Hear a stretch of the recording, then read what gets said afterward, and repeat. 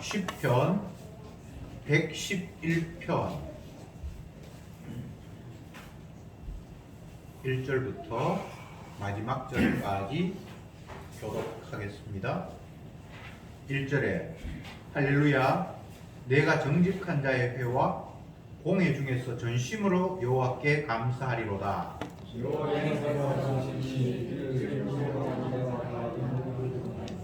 그 행사가 존귀하고 엄미하며 그 의가 영원히 있도다.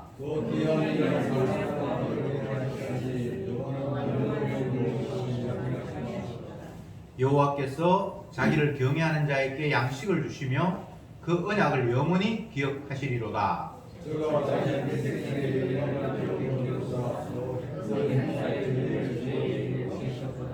그 손의 행사는 진실과 공이며 그 법도는 다 확실하니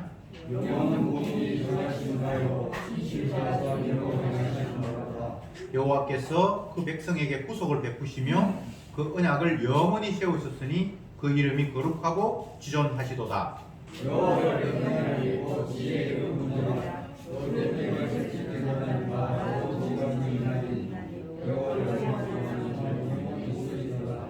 아멘.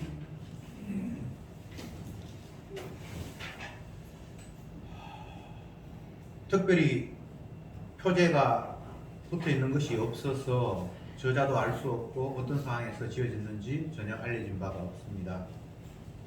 그러나 큰 문제는 없습니다.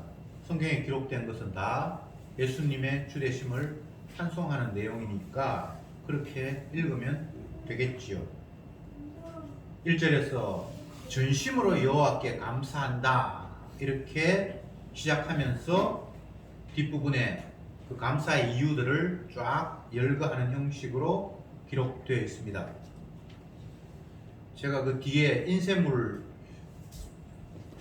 드렸는데 제가 이렇게 인쇄물을 만든 이유가 뭔고 하면 이 111편의 내용은 1절, 2절, 3절, 4절, 10절까지 있는데 이게 이제 히브리어 알파벳 순으로 1절이 기록되어 있고 2절도 기록되어 있고 이렇게 쫙 되어 있는 글인데 제가 이 한글 성경을 보니까 어떻게 해도 뭐 이걸 표현할 방법이 없어서 히브리어 성경을 그게 했는데 이것도 뭐 알 수 없잖아요, 그죠? 저도 사실 몰라요. 근데 이제 왜 이렇게 해놨는가 하면 뒷부분에 한번 보세요. 인쇄물의 뒷부분에 히브리어 자음 이렇게 놓고 아렙, 벳, 김멜, 다렛 이게 이제 알파벳 순서예요. 우리가 이야기하면 기역, 니은, 니귿, 니은 이렇게 돼 있는데 이 10편, 11편을 한 구절 한 구절 요 순서대로 딱 해가지고 여기 딱 맞춘 거예요. 그러니까 보통 시를 뭐 우리가 한시 같으면 7원 구절이 있고 뭐 4-3 이런 구절이 있고 하는데 이 사람들은 그런 것을 맞추는 건 아니고 알파벳 순으로 쫙 해서 1절에는 기역으로 2절에는 니은으로 이런 시중에 이게 한 구절이라고 제가 이걸 일부러 이렇게 표현을 해봤습니다. 그런데 우리의 이 번역에는 시 같은 느낌이 하나도 안 들어서 여러 한글 번역본 가운데서 그래도 좀 시 같은 느낌이 드는 게 없을까 찾아보다가 제가 공동 번역을 보니까 그래도 이게 좀 시 같은 느낌이 들어서 제가 공동 번역을 그게 기록해 놨습니다. 여기에는 한 절 한 절 한 절이 여기 우리 지금 성경에는 그냥 뭐 이렇게 쭉 돼 있는데 여기 보면 할렐루야 해놓고 정직한 이들이 많이 모인 자리에서 요 정직한에서 요 아래 그 다음에 내 마음이 다 쏟아 야훼께 감사하리로다. 그 다음에 두 번째 야훼께서 하시는 일들이 하도 장하시오. 그 일들을 좋아하는 사람 모두가 알고 싶어한다. 그 하신 일 영광스럽고 찬란하여 그 정의는 영원히 남으리라. 그 놀라운 일들을 기념토록 남기셨으니 야훼는 자비롭고 인자하시다.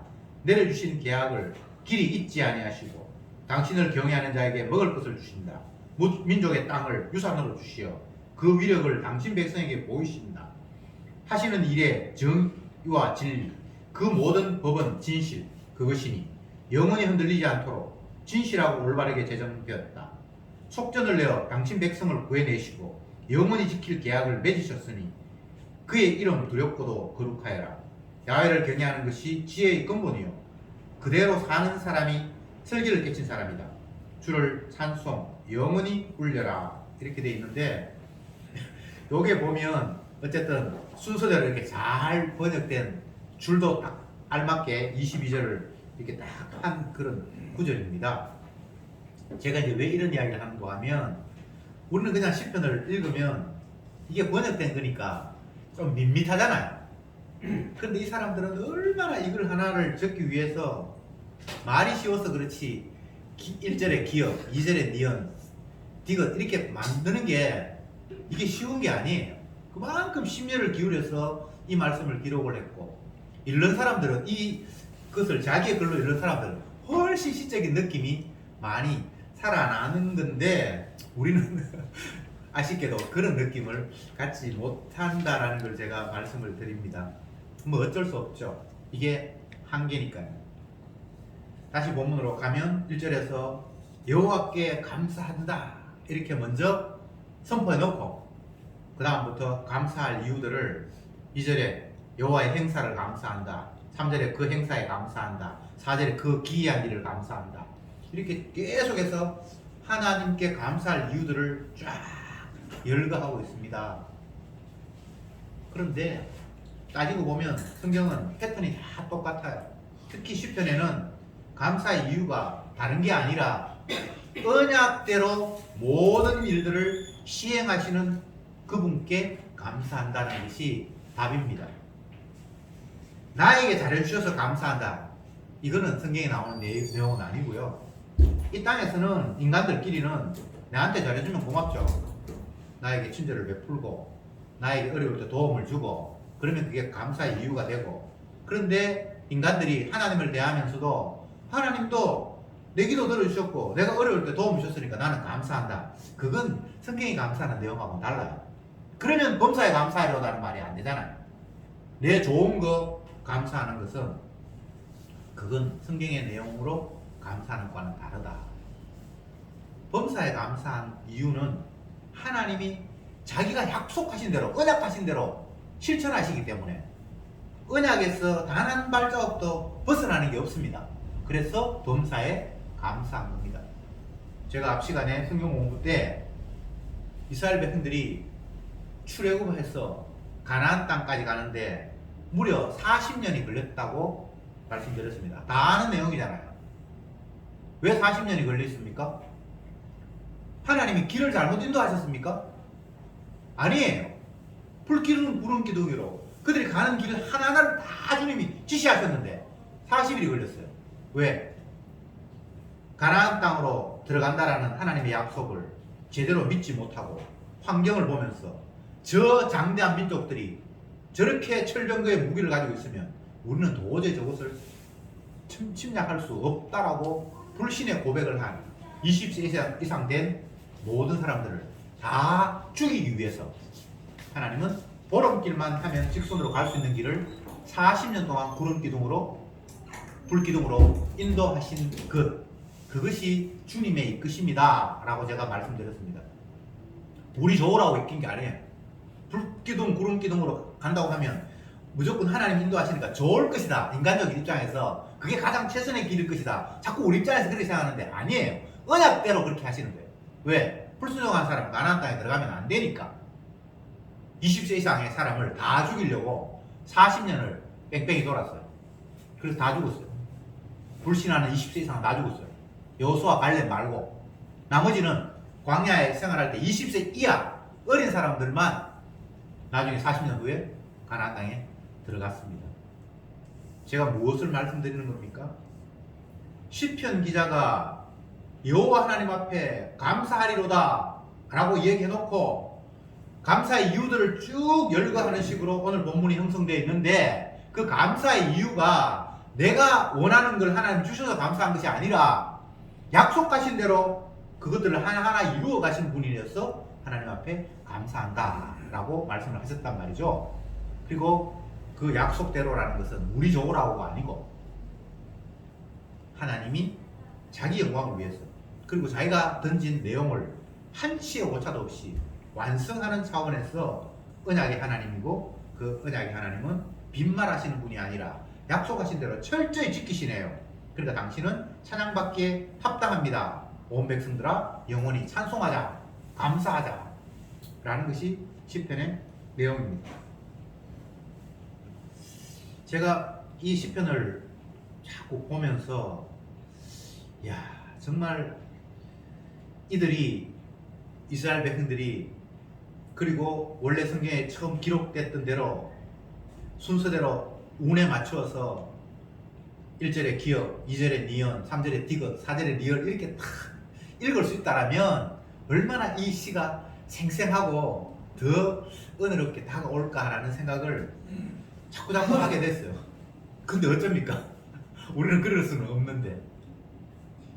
여러분, 성경이 그렇게 아무렇게나 그렇게 기록된 게 아니에요. 성령을 받은 주의 종들이 주님의 은혜로 성령에 이끌려서 하나하나 이것들을 기록했단 말이죠. 그리고 우리는 그런 것들을 그냥 쉽게 아무렇게나 넘겨버릴 수 있는데 결코 그러할 수 없다는 것. 그래서 비록 번역됐지만 또 읽고 또 읽고 또 읽고 또 읽으면서 주님께서 이렇게 우리에게 말씀을 하셨구나, 이렇게 좀 더 깊이 있게 이 말씀이 우리에게 다가왔으면 좋겠다, 이런 생각을 했습니다. 성경을 읽다가 우연히 또 그냥 우리나라 김용택 시인이 지은 시를 제가 보게 됐어요. 제목이 달이 떴다고 전화를 주시다니요. 제목이 특이하죠. 달이 떴다고 전화를 주시다니요. 그리고 그 사람의 이야기를 이렇게 쭉 읽어보니까 자기의 바람인 것 같아요. 달이 떴다고 전화를 한다. 그거 좀 웃기잖아요. 늘 달이 뜨는데. 근데 시인의 관점은 그런 게 아니에요. 너무나 평범하고 매일 뜨는 달이지만 그게 오늘 저 달이 너무 아름다워요 라고 전화도 하고, 그걸 보면서 다시 한번 달을 보면서 정말 아름답구나, 뭐 이런 것들을 감상으로 이제 쭉 기록한 내용이었던데,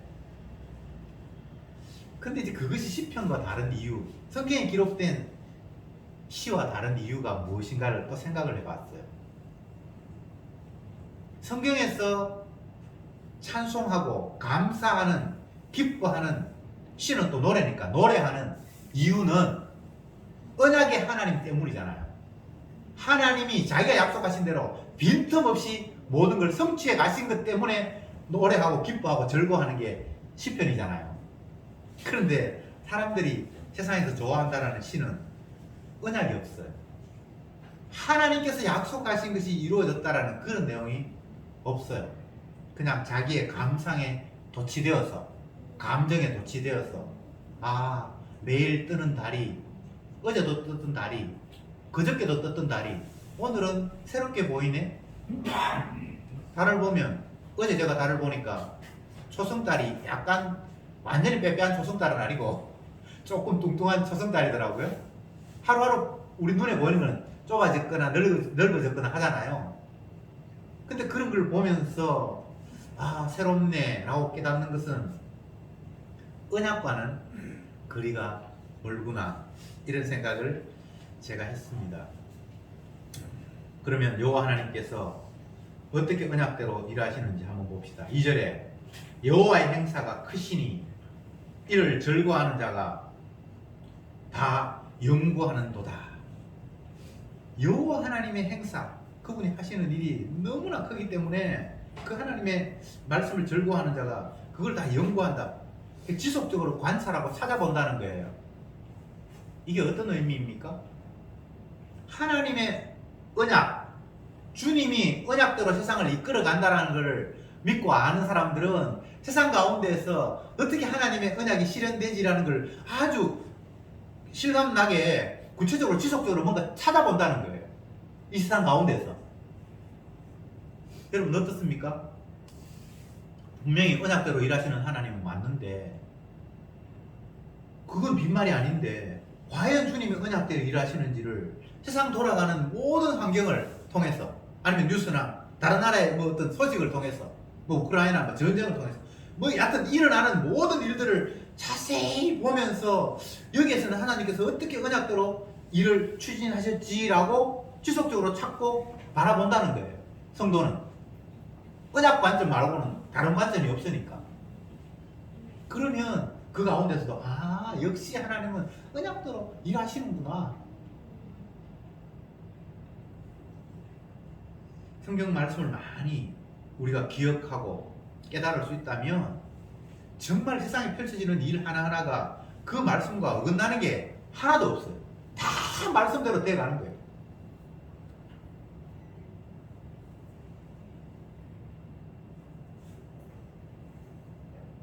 어떤 차가 지나가는데 보니까 조금 이상해. 자세히 보니까 요즘 연구차도 장례식 가는 그 시신시로 가는 차도 아주 요즘 이쁘게 꾸며놔가지고 처음 보면 그게 연구차인지 잘 몰라요. 근데 보니까 그 장례식 치르러 가는 그런 차인 것 같아요. 그 지나가면서 보면서 하나님의 언약, 오늘 2절의 이 말씀, 여호와의 행사가 크시니 이를 즐거워하는 자가 다 연구하는도다. 여호와 하나님이 하는 일이 너무나 거대하기 때문에 그걸 믿는 사람들은 즐거워하면서 자세히 본다는, 연구한다는 거예요. 지속적으로. 또 보니까 하나님께서 범죄한 인간들을 죽이신다라고 말씀하셨잖아요. 한번 태어나는 것은 하나님 정하신 것이요. 그 이후에는 죽음이 있다. 그런 걸 공부한다는 거예요. 성도들은. 그래서 세상 만사가 언약대로 되어가는 거 맞네. 그러면서 찬송할 수밖에 없다고 시인 이야기합니다. 3절에 그 행사가 존귀하고 의미하여 그 의가 영원히 있도다. 제가 장례식 가는 차 이야기하면서 하나님께서 한번 태어난 사람을 죽인다라고 했고 그게 하나님의 언약이라고 했는데 그 행사가 존귀하고 의미하다. 그러니까 하나님께서 자기 약속대로 하는 모습을 보면서 그분은 정말 귀하신 분이고 엄청나게 대단한 분이고 그가 진행하시는 그 어떤 방향은 영원하다. 한순간 언약을 하나님께 실행하셨다가 나중에 취소하시고 이런 분이 아니라 계속해서 하나님은 그 언약대로 시행하시는 분이다. 4절에 그 기이한 일을 사람으로 기억해 하셨으니 여호와는 은혜로우시고 자비하시도다. 그 기이한 일, 하나님의 약속대로 사람 죽인다, 죽이면 죽인다. 그것들이 너무나 기이하고 그래서 사람들이 그걸 기억하게 하고 그걸 기억하게 하시고 약속대로 실행하시는 그 하나님이 은혜롭고 자비롭다.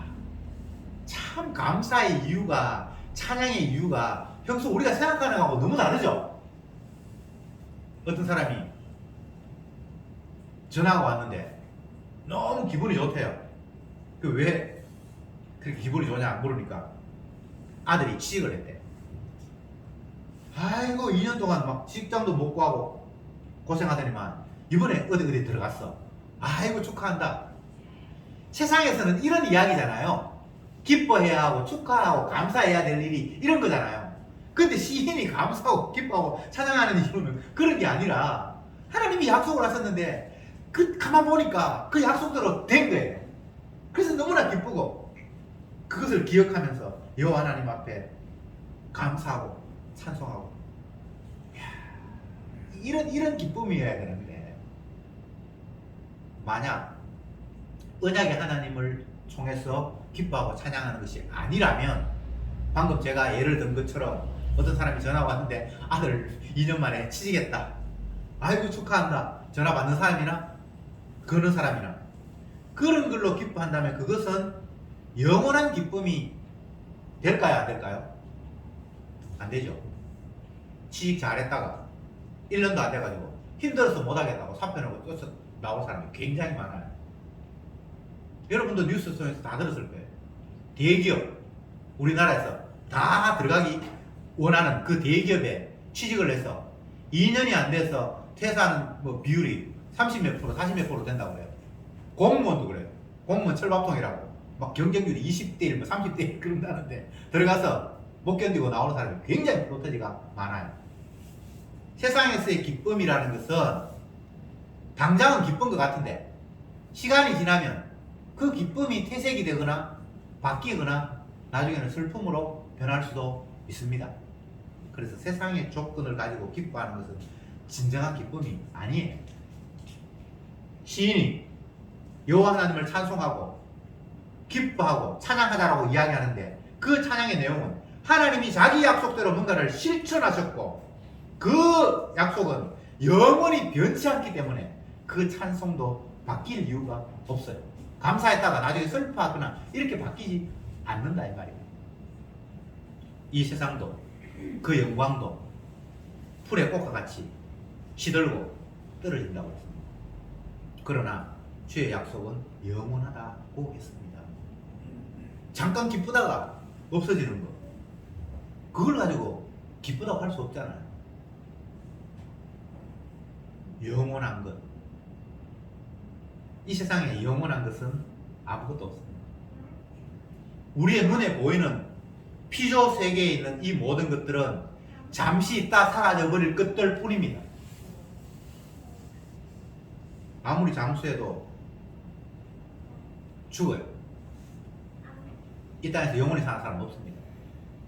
부도, 권세도, 영광도 다 잠시 있다 사라져버립니다. 심지어는 해와 달과 별도 마지막 날 주님께서 다 없앤다고 말씀을 하셨습니다. 그리고 우리가 눈으로 보고 확인하고 하는 것들은 다 임시적인 것들이고 잠깐 있다 사라져버릴 것들이에요. 이 땅에 있는 눈에 보이는 것들을 가지고 기뻐한다는 건 성경적인 관점에서는 다 그건 헛방이에요. 헛된 거예요. 그건 진정 기쁨의 이유가 될 수가 없습니다. 그러면 왜 하나님은 우리의 눈에 보이는 것들, 심지어 나 자신마저도 임시적이고 잠깐 있다 사라져버릴 것으로 만드셨는가? 그 이유를 성경은 설명하기를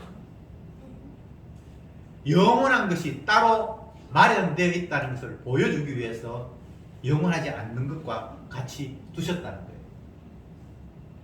영원하지 않는 것은 주님의 약속이라고 제가 말씀드렸죠. 그러니까 이 성경에 기록된 주님의 약속을 영원한 것, 변하지 않는 것이라고 말씀하셨으니까 우리는 여기에 관심을 기울일 수밖에 없습니다. 잠시 있다 사라져버릴 것들, 그걸 우리가 붙들고 있을 수는 없잖아요. 이제 우리 교인들도 다들 뭐 연세가 많아졌는데 10대, 20대 생각해 보세요. 그때하고 지금은 달라도 너무 다르잖아요. 다른 게 한두 가지가 아니잖아요. 그러니까 나라는 존재 자체도 계속해서 바뀌니까 나라고 규정할 수 있는 것 자체가 흔들려요. 그래서 주님은 너희 생명은 주 안에 이미 감추어져 있다, 이렇게 말씀하셨어요. 이것은 옷과 같아서 우리의 육신은 옷과 같아서 낡아지면 헤어지고 벗어버릴 것들이다 라고 말씀하셨어요. 그게 진짜예요. 근데 그게 안 믿어지는 사람은 지 몸이 전부인 줄 알고 이걸 붙들고, 이건 낡으면 벗어버릴 것들인데 이걸 붙들고 있다니까요. 이게 전부인 줄 착각하고 있다니까요. 너희 생명은 하나님 앞에 감춰져 있다. 그게 진짜 생명인데 잠시 있다 사라져버릴 임시적인 것들, 영원한 것이 따로 있다는 걸 보여주기 위해서 임시적인 우리 몸을 주셨는데 그 임시적인 것이 영원한 것처럼 그걸 계속 붙들고 안 놓치려고 애를 쓰고, 이게 얼마나 어리석은 모습입니까? 이 땅에 있는 장막의 집이 무너져야 영원한 집을 찾는다라고 들어간다라고 주님 말씀하셨는데, 아이고 그래도 이 세상이 좋잖아요. 이 세상이 그렇게 좋습니까? 또 변하는데, 또 바뀌는데, 눈물, 슬픔, 고통, 고난, 그것이 선악과 따먹은 인간들이 세상을 살아가는 현장입니다. 아이고 저 사람은 행복하겠다. 그 사람한테 물어보세요. 고통 없는가? 슬픔 없는가? 눈물 없는가? 내가 겪어보지 않았으니까 저 사람은 좋을 것이다, 그렇게 진단하지 말고 이 세상을 지으신 하나님이 어떻게 말씀하셨는가를 가지고 말을 해야 되잖아요. 모든 인간은 다 죄를 범했기 때문에 이 세상에서 수고와 슬픔 가운데 살아갑니다. 눈물과 땀을 흘리면서 살아갑니다. 해산하는 고통을 겪으면서 살아갑니다. 그게 성경의 약속이에요. 그래서 누구를 보면서 아이고 저 사람은 좋겠다 그런 망발하지 마세요. 그나 나나 선악과 따먹은 죄인이어서 다 이마에 땀이 흘러야 되고 해산하는 고통을 겪어야 되고 그냥 다 그런 거예요. 행복한 사람 없습니다 이 땅에. 다만 하나님의 약속을 믿게 되어서 그 약속을 바라보면서 찬송하는 사람은 있습니다. 지 몸이 행복한 것이 아니고 지 육신이 세상 환경이 찬송할 수 있는 것이 아니고 하나님의 약속 때문에 쓰러져가는 내 몸을 가지고도 찬송할 수 있단 말이에요. 이 말입니다. 예. 몸이 생생해서 찬송하는 게 아닙니다. 사도 바울처럼 눈에 보이든 안 보이든 다 우리는 몸에 가시를 지니고 살아갈 뿐입니다. 주님께서 그렇게 하셨어요. 그리고 옷처럼 낡아집니다.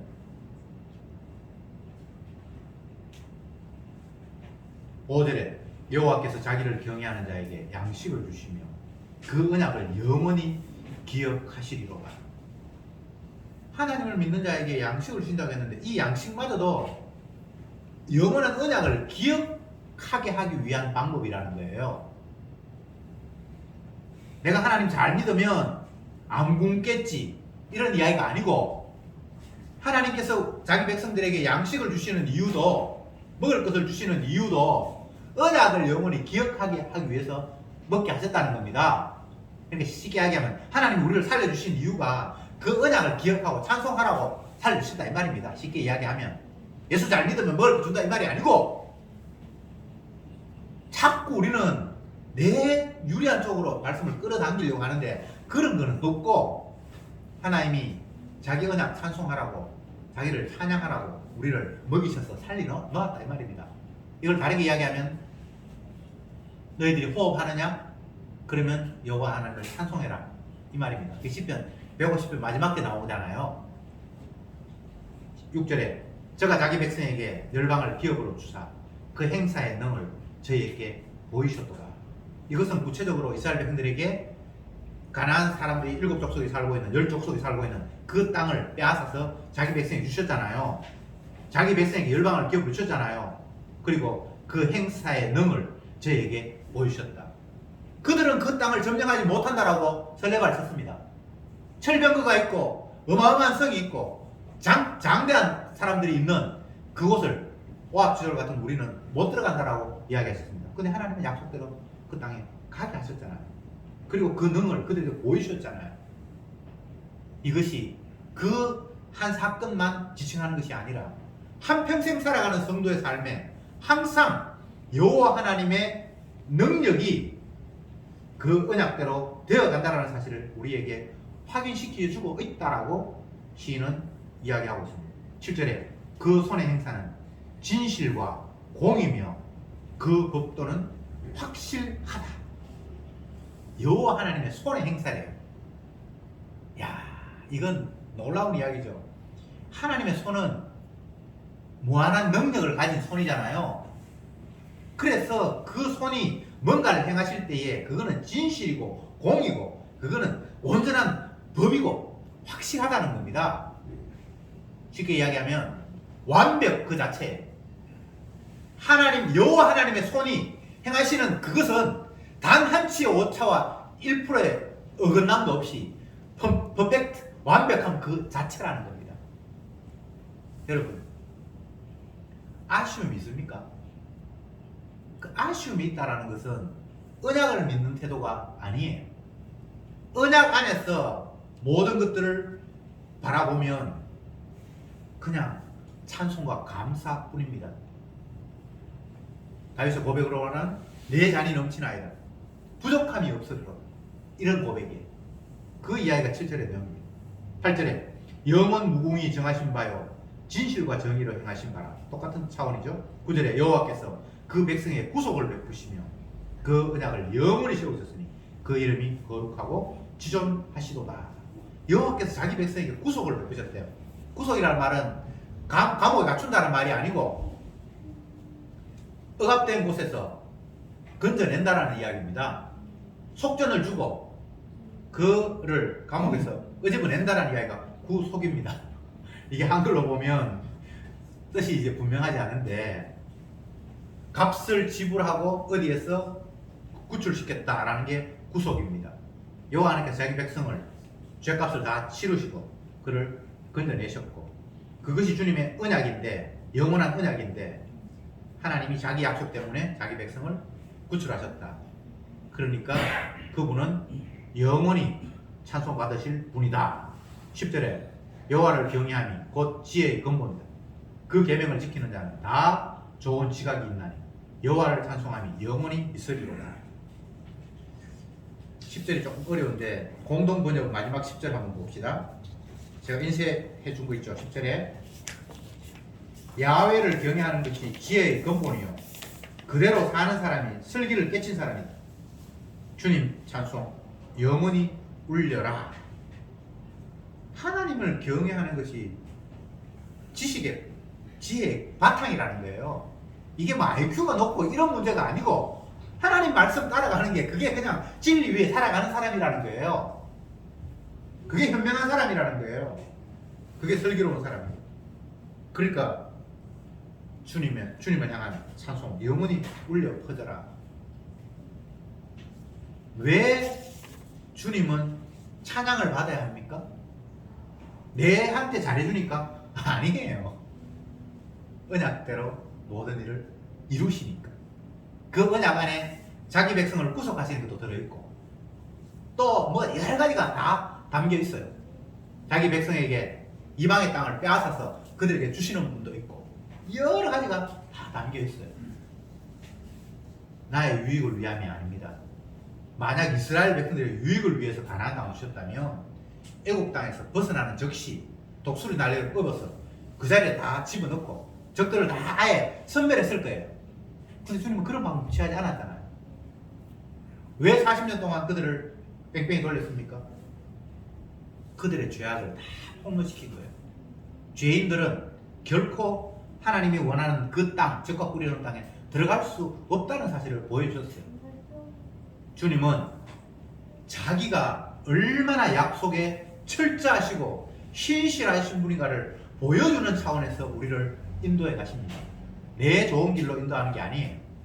이것을 신학적으로 이야기하면 내가 원치 아니하는 곳으로 띠띠고 데려가리라고 성령께서 약속하셨습니다. 그러니까 여러분 원하는 대로 되면 안 되겠죠. 육이 원하는 바는 늘 있어요. 하나님 이렇게 됐으면 좋겠습니다. 저렇게 해주십시오. 그러나 하나님은 우리가 원하는 대로 인도하는 것이 아니고 당신의 약속대로 인도하시기에 그리고 그 약속은 너무나 완벽하고 철저하시기에 그 주님은 영원히 찬양 받아야만 합니다. 마땅합니다. 온 성도들아 그 주님을 찬송하자 라고 시인은 외치고 있습니다. 여호와를 경외함이 지혜의 근본이다. 이건 잠언에도 나오는 이야기잖아요.